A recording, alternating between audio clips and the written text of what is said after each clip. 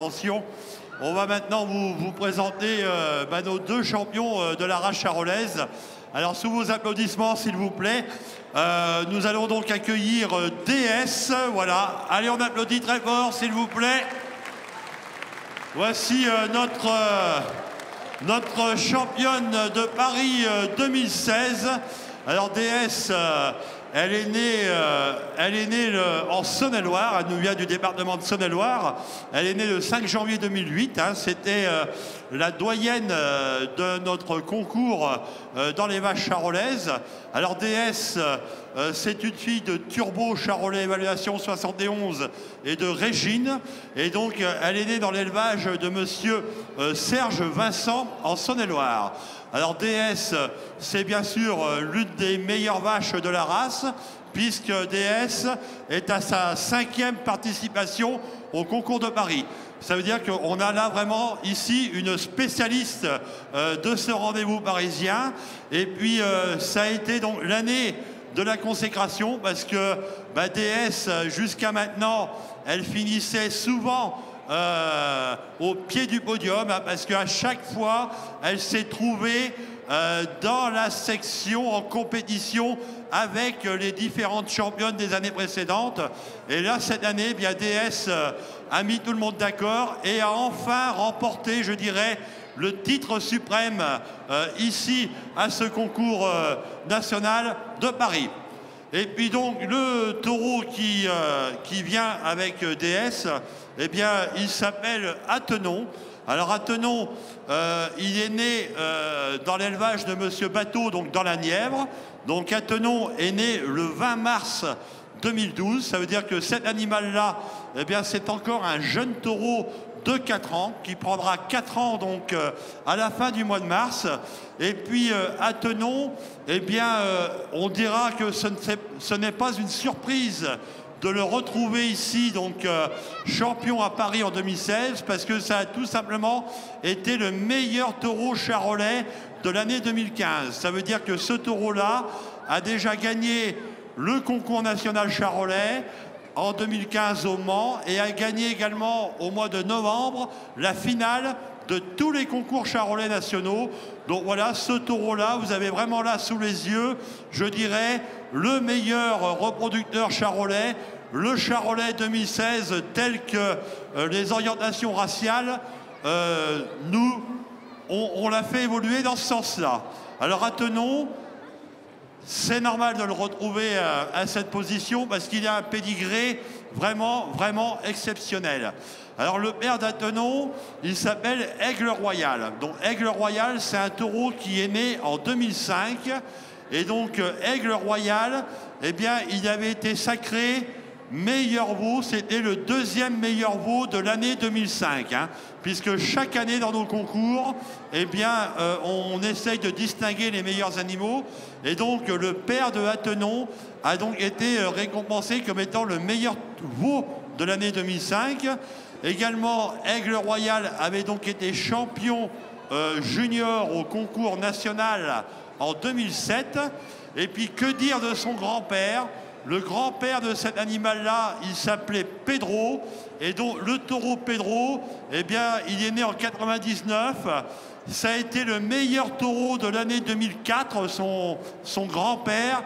Et il a également été champion à Paris en 2005 et en 2006.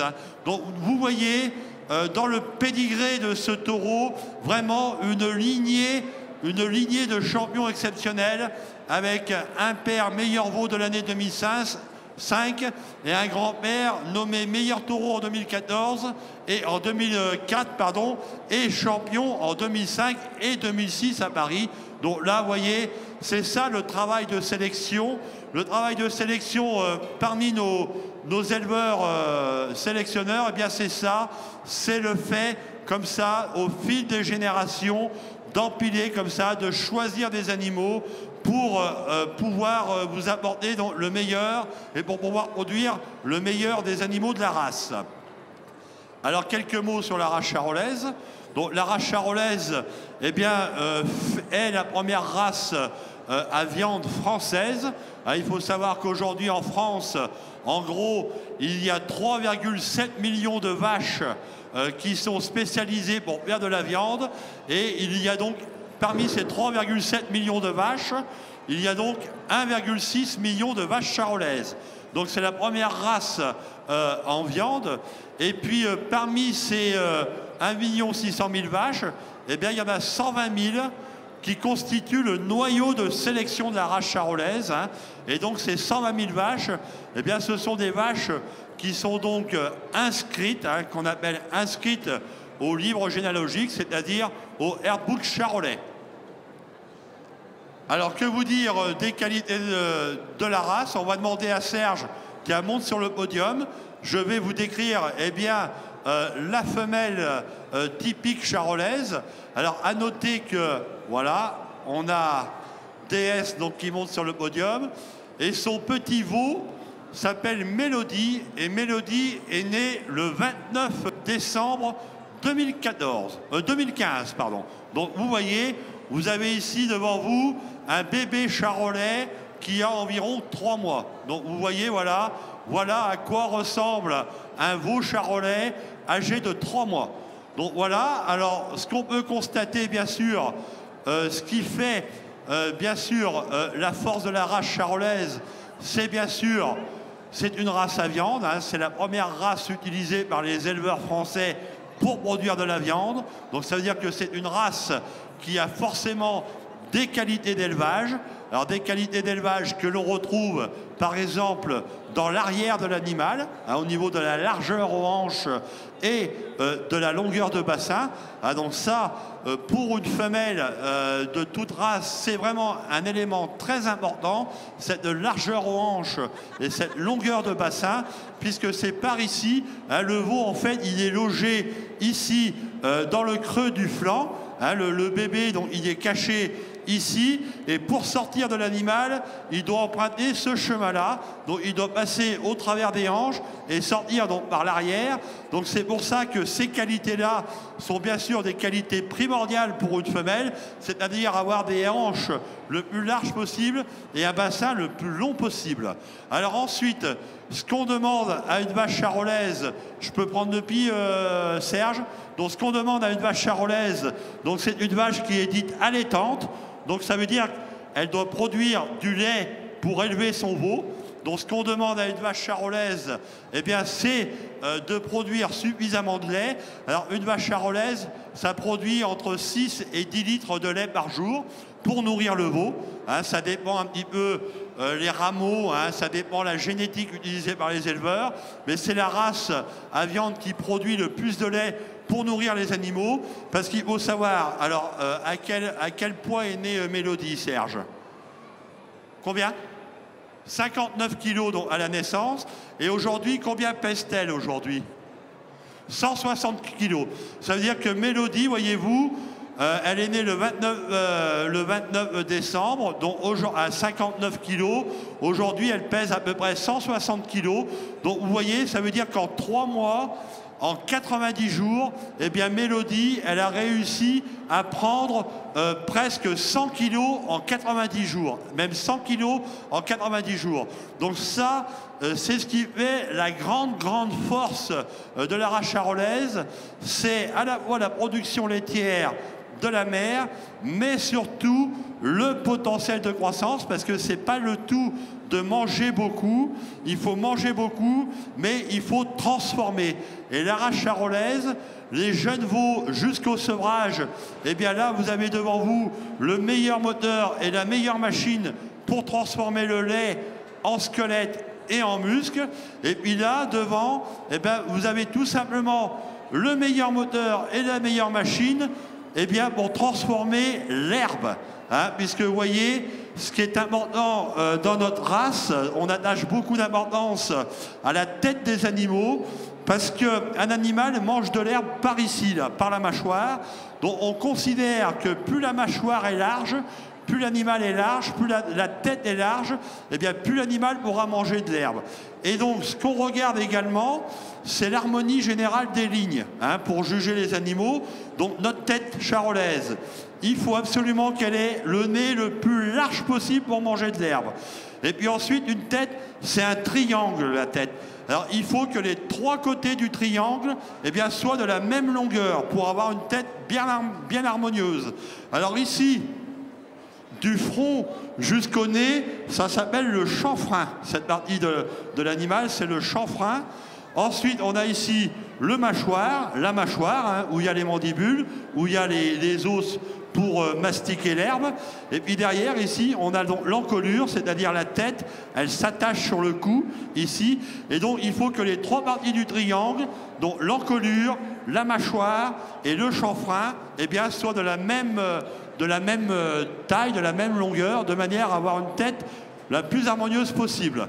Alors ensuite, notre charolaise, donc des qualités maternelles remarquables, un potentiel pour valoriser l'herbe également impressionnant, hein, c'est, je le répète, la meilleure machine, le meilleur moteur pour transformer l'herbe en viande et en squelette. Alors ensuite, il lui faut bien sûr un minimum d'ossature, hein, puisque la viande, le muscle s'attache bien sûr sur les os.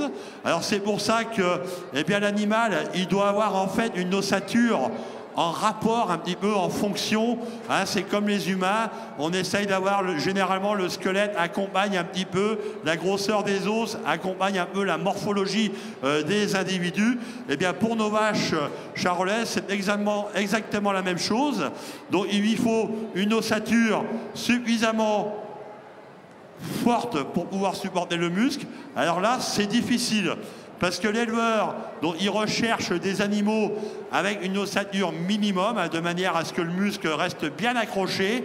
Mais par contre, le boucher, lorsqu'il transforme l'animal, lorsqu'il découpe l'animal, eh bien les os, il les met à la poubelle. Alors c'est pour ça que le compromis entre l'éleveur et le boucher, eh bien les objectifs ne sont pas forcément les mêmes, parce que les intérêts ne sont pas forcément les mêmes, mais ça c'est le rôle des éleveurs et c'est le rôle des organismes de sélection, eh bien d'orienter un petit peu la race, de dire attention messieurs les éleveurs, surveillez un peu le squelette, ou attention messieurs les éleveurs, remettez un petit peu de la viande dans vos animaux. Donc voilà un petit peu à quoi sert un organisme racial, un organisme de sélection, c'est d'orienter la race.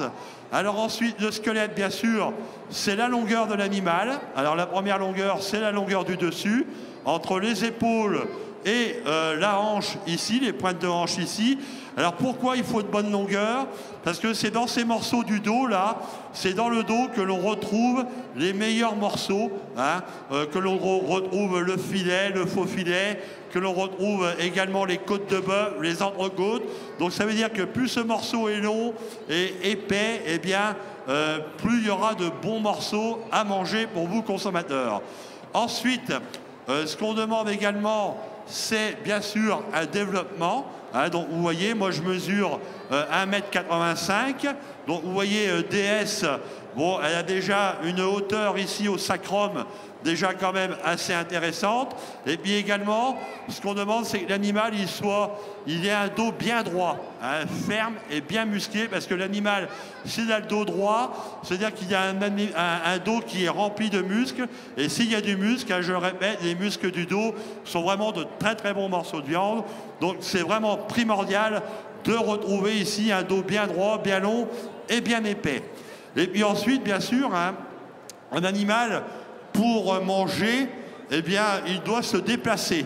Hein. Il faut savoir qu'une vache, par exemple, lorsqu'elle est dans un pré comme ça, elle fait en moyenne environ entre 4 et 5 km par jour pour manger, hein, pour manger de l'herbe et pour boire. Hein, donc il faut savoir, par exemple, pendant la période estivale, un couple comme ça, c'est-à-dire la vache et son petit veau, ça boit à peu près entre 70 et 80 litres d'eau par jour. Alors après, ça dépend vraiment s'il fait chaud ou pas. Mais par exemple, en période estivale, avec un été, on va dire un été un peu chaud quand même, eh bien, un couple mère et veau, ça boit à peu près 70 70 litres d'eau par jour. Et donc cet animal-là, bien sûr, ne va pas boire 70 litres d'un seul coup. C'est-à-dire que l'animal, le matin, il va se réveiller, il va aller boire un petit coup, il va manger de l'herbe, il va se coucher, il va ruminer. Donc ensuite, il va se relever, il va aller reboire un petit coup, il va refaire une promenade, il va manger de l'herbe, il va se recoucher. Donc voilà comment ça fonctionne, un ruminant. C'est-à-dire que l'animal, toute la journée, il passe par des périodes d'activité pour manger, pour aller boire. Et puis ensuite, il se couche, et puis il rumine tout ça. Il régurgite comme ça son herbe, de manière à la digérer. Donc voilà, c'est pour ça que les aplombs chez les bovins sont vraiment intéressants. Alors, ce qu'on regarde sur les animaux de concours, il faut que, voilà, si on peut bien filmer, donc là, les aplombs doivent être bien posés, bien parallèles. Donc ça, c'est très important, parce que des fois, on a des animaux qui sont un petit peu comme les teckels, vous savez, donc qui ont les aplombs un petit peu ouverts, comme ça, les pattes d'avant un peu ouvertes. Donc ça, on n'aime pas trop. On veut que les aplombs soient bien droits, bien posés. Et puis, ce qu'on regarde également, ce sont également l'alignement entre l'épaule et les sabots d'animal. Il faut que les aplombs ne soient pas trop en arrière et surtout pas trop en avant, parce que si les aplombs sont en avant, eh bien ça veut dire que le dos se relâche comme ça, et donc ça, pour les concours, c'est un critère d'élimination. Et puis bien sûr, les aplombs arrière. Donc là, les aplombs arrière également primordial. Donc une fois de plus, il faut des aplombs en rapport avec la morphologie de l'animal. Donc ce qu'on regarde bien sûr, c'est la largeur du jarret, comme ça. Ça s'appelle la largeur du jarret, la crosse de jarret et l'épaisseur de jarret. Donc ça, voilà, les animaux, donc la vache, c'est une vache de concours. Donc la vache, elle fait à peu près 1,2 tonnes aujourd'hui, 1,2 tonnes aujourd'hui.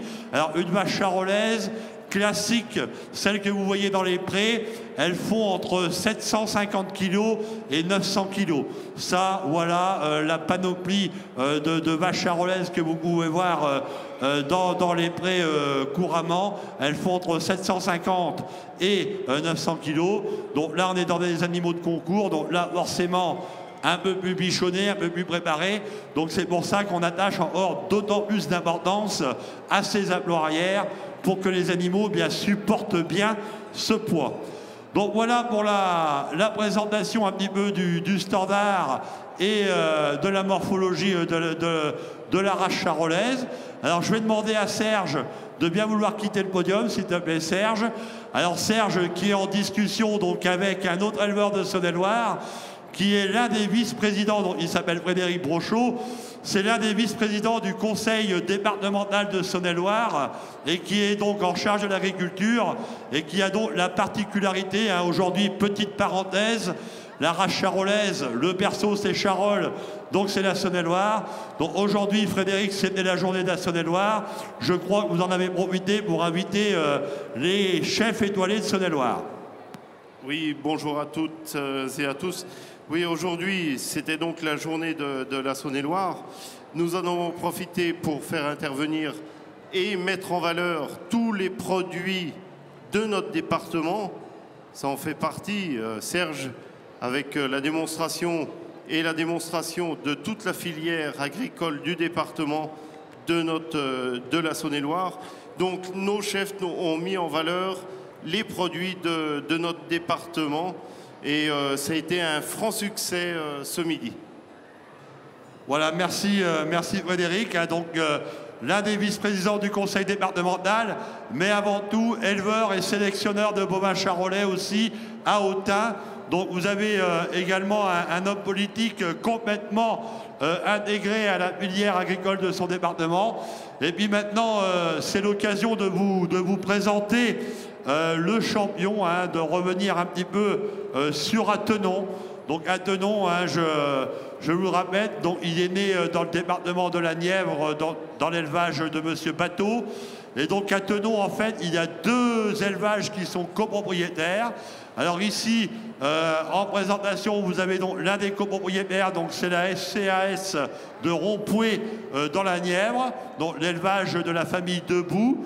Et puis l'autre copropriétaire, donc c'est un éleveur de Saône-et-Loire, Monsieur Hugues Pichard. Alors, je disais un petit peu Attenon donc, représente un petit peu le charolais, non pas moderne, hein, parce que ce qu'il faut bien comprendre, c'est que l'agriculture, ces éleveurs sélectionneurs, sont des gens qui se remettent en cause en permanence, parce que conduire un élevage, lorsque l'on conduit un élevage, eh bien, on conduit une entreprise dont il y a des décisions, il y a des choix à faire. Et donc, ces éleveurs sélectionneurs, eh bien, ensuite, doivent répondre à des attentes. Alors, des attentes des consommateurs, des attentes de la filière, des bouchers, des abatteurs, etc. Et donc, les races, au fil du temps, au fil des années, eh bien, doivent obligatoirement s'adapter à ces demandes. Alors la race charolaise, c'est la première race française en production de viande. C'est le premier effectif d'animaux. Alors ça veut dire que c'est cette race-là qui, dans les années 50, après la guerre, a été plébiscitée parce que c'est une race, je vous l'ai déjà dit, qui valorise formidablement bien les fourrages, l'herbe, mais également les aliments un petit peu plus concentrés. Donc c'est la race qui a été plébiscitée après la guerre, simplement pour nourrir le monde, pour nourrir l'Europe, parce que c'est la première race également présente dans les pays européens. Donc voilà, c'est une race. Donc à ce moment-là, on a recherché des animaux avec beaucoup plus de format, des animaux avec beaucoup de capacité d'ingestion pour produire et pour nourrir. Alors ça, tout ça aujourd'hui, ça est vrai jusque dans les années 80-90. Et puis maintenant, le consommateur et même les agriculteurs, eh bien, s'attachent plutôt à respecter l'environnement. Hein, il y a d'autres préoccupations. Maintenant, l'Europe ou la France, on est à l'abri de la pénurie jusqu'à maintenant, à moins que le monde agricole français s'écroule complètement. Mais aujourd'hui, les préoccupations sociétales ont changé. On veut des aliments, on veut des produits qui soient tracés, on veut des produits qui respectent l'environnement, etc. Et donc la race charolaise, les éleveurs charolais ont su s'adapter en présentant des animaux, eh bien, toujours avec un très gros potentiel de croissance, hein, ce qui fait vraiment la force du charolais, mais des animaux qui sont à la fois développés, hein, vous voyez, je le rappelle, je vais plutôt me mettre derrière le taureau, voilà. Donc, vous voyez, je vais toujours 1m85 et donc derrière le sacrum de ce taureau, eh ben, on me devine à peine. Donc, on s'attache toujours à produire des animaux avec un bon développement, mais également avec des masses musculaires également réparties. Hein, vous voyez, le dos du taureau, on va lui remettre son ruban, voilà, comme il faut. Donc, le dos du taureau, il est très droit, il est très large. Et en plus, il est vraiment très épais, bien musclé. Donc ça, on s'attache à ça. Une fois de plus, les mêmes caractéristiques sont demandées aux mâles et aux femelles. Une bonne tête, hein, toujours cette tête avec, en forme de triangle, avec une bonne barre de coupe pour manger de l'herbe. Et puis bien sûr, ce qu'on demande à un mâle, hein, il faut savoir qu'un taureau, il a entre 20 et 40 produits tous les ans dans un troupeau. Hein, ça veut dire qu'à Attenon, il est en service, mettons, depuis 3 ans dans l'élevage. Donc ça veut dire qu'à Attenon, dans le même élevage, il y a déjà environ, allez, on va dire, entre 80 et 100 descendants qui sont nés. Donc ça veut dire que si l'éleveur, il a fait le mauvais choix, eh ben son élevage, avec 80 fils d'Attenon ou 80 descendants mâles ou femelles dans le troupeau, ça veut dire que l'éleveur, s'il a fait un mauvais choix, il est mal pour un certain temps parce que le temps d'éliminer tous ces produits, les années vont passer et donc il sera donc impacté négativement. Par contre, s'il a fait le bon choix, et visiblement, c'est ce qu'avait donc la SCA de Rompuy, donc la famille Debout et monsieur Bichard, puisque ce taureau-là, il a été sacré meilleur taureau pour le concours national en 2015 et meilleur taureau de l'année 2015 puisqu'il a gagné la finale de tous nos concours reconnus. Donc visiblement, les propriétaires ont fait le bon choix puisque les experts, les éleveurs, hein, puisque les concours sont donc organisés et jugés par des éleveurs, et donc les éleveurs, eh bien, ont donc plébiscité cet animal. Alors aujourd'hui, vous avez combien de descendants à peu près de votre taureau déjà en service? Bon, 80. Voilà, 80 descendants. Et chez Monsieur Pichard, il y en a combien? Oh ben une trentaine. Voilà, donc vous voyez, donc ça veut dire que ces éleveurs-là, ils ont dans la main le meilleur taureau actuel charolais. Alors l'idée, leur travail maintenant, eh bien, c'est de vendre et de diffuser cette génétique dans les autres troupeaux. Et c'est pour ça que ces concours, eh bien, servent à distinguer les meilleurs animaux, mais servent aussi de rampe de lancement, hein, servent un petit peu de marketing. Hein. Le marketing des éleveurs, ben, c'est de venir sur les salons, de faire voir leur savoir-faire, de faire voir leurs animaux, de manière derrière à pouvoir les valoriser auprès de leurs collègues. Alors voilà, maintenant, on va faire un dernier tour de piste pour nos deux champions. Je vais vous demander de les applaudir. Et puis, je vous remercie de votre attention. Et je vous souhaite donc une bonne fin de journée.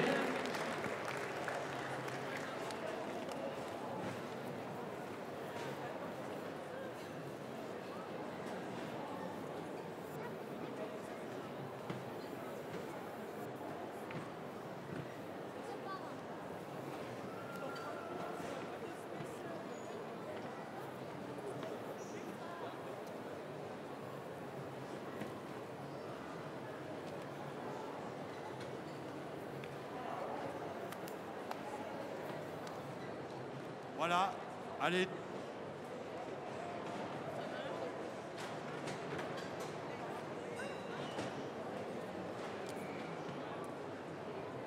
Allez, on applaudit très fort, s'il vous plaît, une nouvelle fois. Voilà, les deux champions 2016 de ce concours agricole.